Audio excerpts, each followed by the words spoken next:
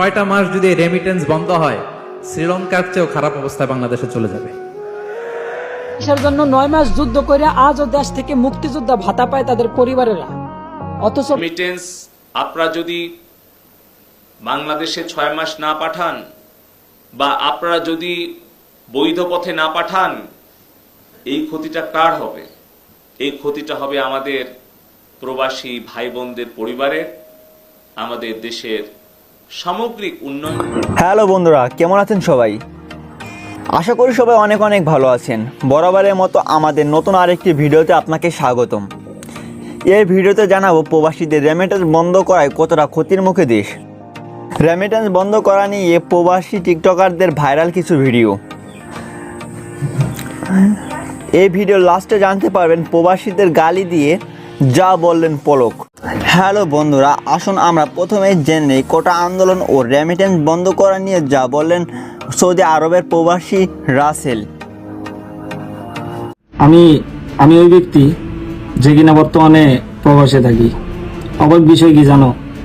আমার পাঠানো টাকা রেমিটেন্স দিয়া বন্দুক কিনে গুলি করা হয়েছে আমার ভাই বোনদেরকে। আমি কিভাবে বলি? আমাকে ক্ষমা করে দিও হে শহীদ হয়ে যাওয়া সকল দেশপ্রেমী। তোমরা ছিলে এক একটা যোদ্ধা বাহিনী। আমাকে ক্ষমা করে দিও, আমি তোমাদের খারাপ সময় পাশে থাকতে পারিনি।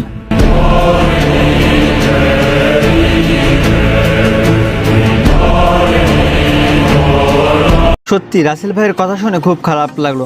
দেশের এই খারাপ সময় পাশে না থাকতে পেরে নিজেকে খুব ছোট মনে করছে। তার কথায় সে এটাই তুলে ধরছে যে প্রবাসী রেমিটেন্সের টাকায় বন্দুক করে আবার সেই প্রবাসীর ভাইদেরকে হত্যা। যাই হোক, এবার আমাদের লিস্টের দ্বিতীয়তে আছেন জনি ভাই, ইতালিয়ান প্রবাসী। আসুন তার ভিডিওটি দেখে আসি। আমার মতো লক্ষ লক্ষ প্রবাসীর রেমিটেন্সে যে দেশটা চলে, সেই সোনার বাংলাদেশে যদি আমার ভাই বোন হয় রাজাকার, তাহলে আজকে রাজাকারের মতোই একটা কথা কই, ব্যাংকে টাকা পাঠানোর হিসাব ক্লোজ, লাগা হুন্ডি।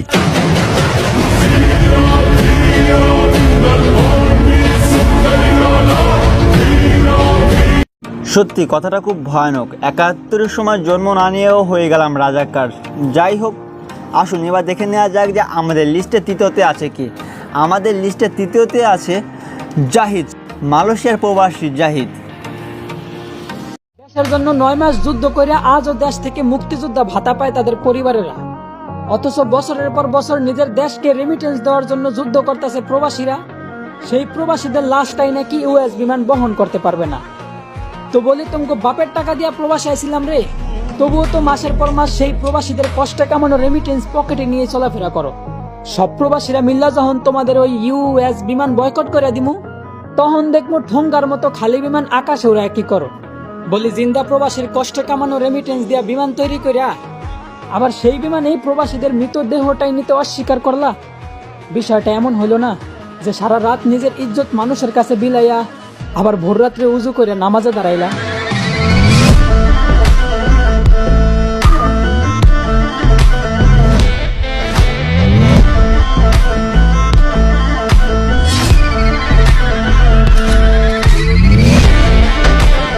সত্যি ভাই, কথাটা একটু বিভ্রান্তের।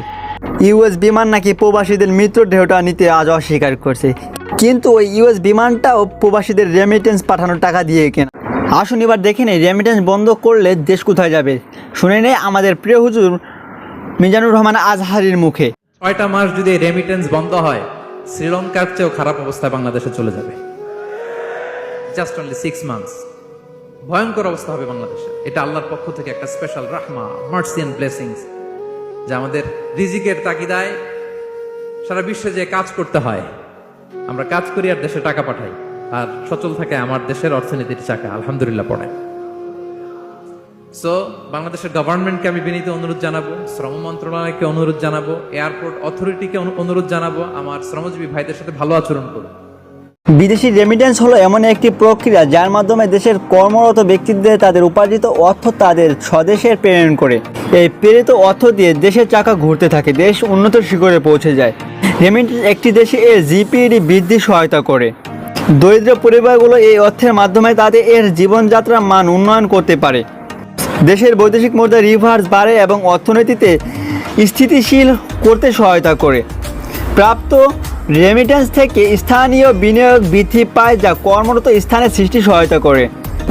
আমাদের দেশের অর্থনীতিতে রেমিটেন্স একটি গুরুত্বপূর্ণ উৎস। 2023 সালে বাংলাদেশের প্রায় 24 মিলিয়ন মার্কিন ডলার রেমিটেন্স পেয়েছে। মধ্যপ্রাচ্যের ইউরোপ, আমেরিকা ও দক্ষিণ পূর্ব এশিয়া থেকে সর্বাধিক রেমিটেন্স আসে। প্রবাসী ভাইরা যদি এই রেমিটেন্স অফ করে দেয় তাহলে দেশ কোথায় যাবে একটু ভাবছেন? শ্রীলঙ্কার মতো হয়ে যাবে দেশ। আসুন এবার দেখে নেওয়া যাক যে রেমিটেন্স নিয়ে পলক কি বলল। রেমিটেন্স আপনারা যদি বাংলাদেশে 6 মাস না পাঠান বা আপনারা যদি বৈধ পথে না পাঠান, এই ক্ষতিটা কার হবে? এই ক্ষতিটা হবে আমাদের প্রবাসী ভাই বোনদের পরিবারের, আমাদের দেশের সামগ্রিক উন্নয়নের ক্ষতি হবে। মাননীয় প্রধানমন্ত্রীকে, আমাদেরকে আক্রমণ করা হচ্ছে, এমন ভাষায় আক্রমণ করা হচ্ছে, এটা কোনো সুস্থ স্বাভাবিক মানুষের পক্ষে সম্ভব নয়।